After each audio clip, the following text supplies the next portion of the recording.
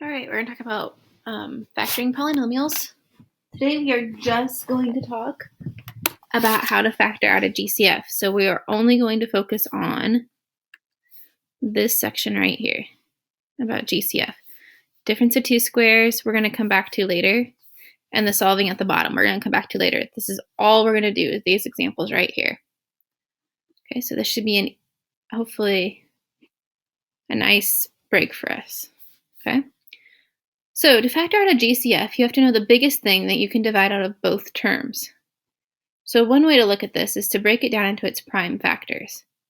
So for this first term, 9x squared, we know 9 is 3 times 3, and x squared we can write as x times x. And then 3x, 3 is already prime, so it's just 3 times x. Now our job is to see the biggest thing we can take out of both of these.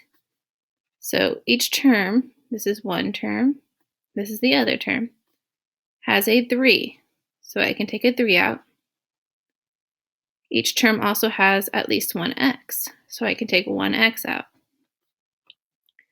So we're taking 3x away from both terms, which leaves us here with just a 3 and an x. Minus. Here we don't have anything left over, so we put a 1 in its spot.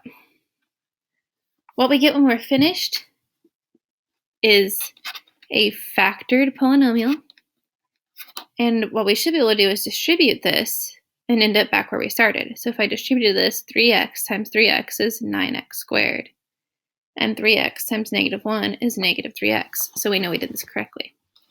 You could also think of it as, what's the biggest thing I could divide out of both of these? Well, I can divide both 9 and 3 by 3, and x squared and x each have at least one x, so I can pull that out, and then say what times this will get me back to 9x squared. What times this will get me back to negative 3x, so our negative 1. Okay, so when you're completely finished, make sure if you distribute, you end up back where you started. Let's look at another example. Here, well, we have a number that's a little larger, so let's break that down first.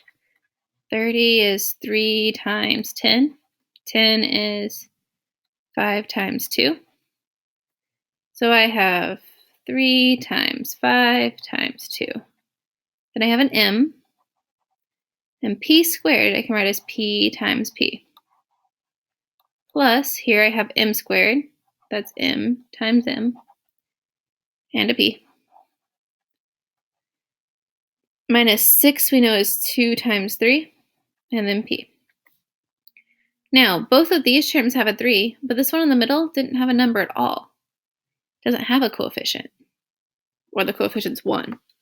So there's nothing I can take out, no number that I can take out of all three, so now I have to start looking at my variables. This one has an m and that one has an m, but this one doesn't, so I can't take an m out.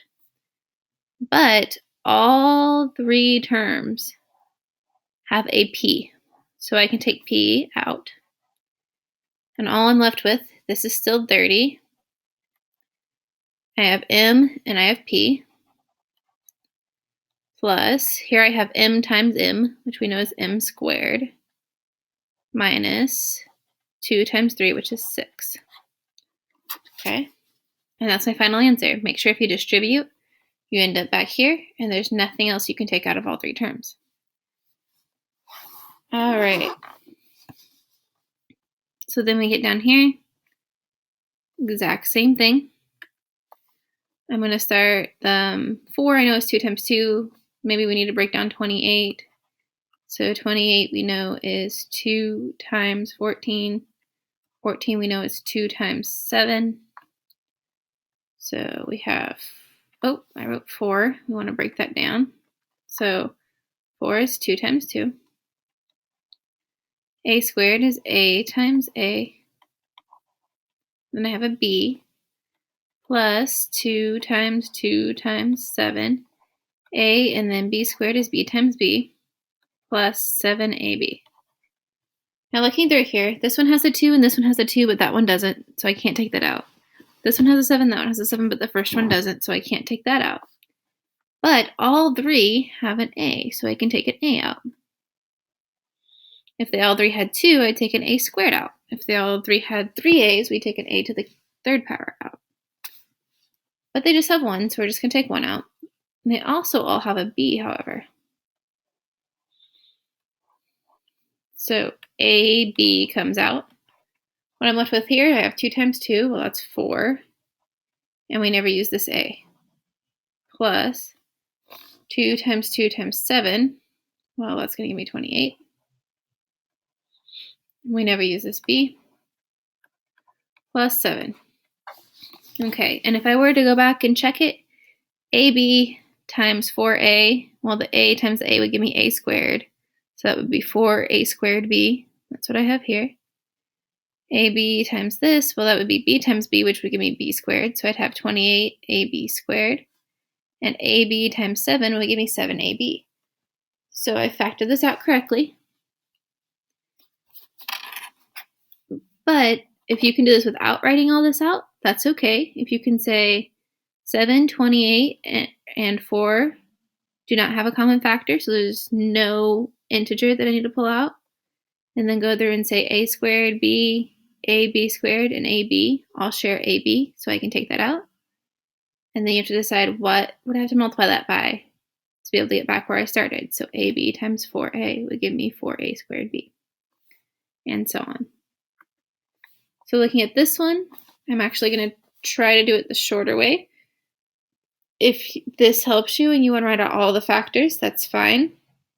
But we can see here clearly y, x, and z don't have anything in common. So what we're really just looking at are the numbers. So the biggest thing I can divide 6, 12, and 8 by is going to be 2. So I can take a 2 out. And 2 times 3 would give me 6, so I must need a 3y. Plus 2 times 6 would give me 12, so I need a 6x. Minus 4 times 2 would give me 8.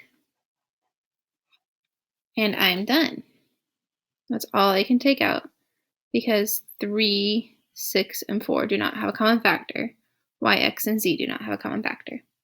So I am done. That's all there is to it.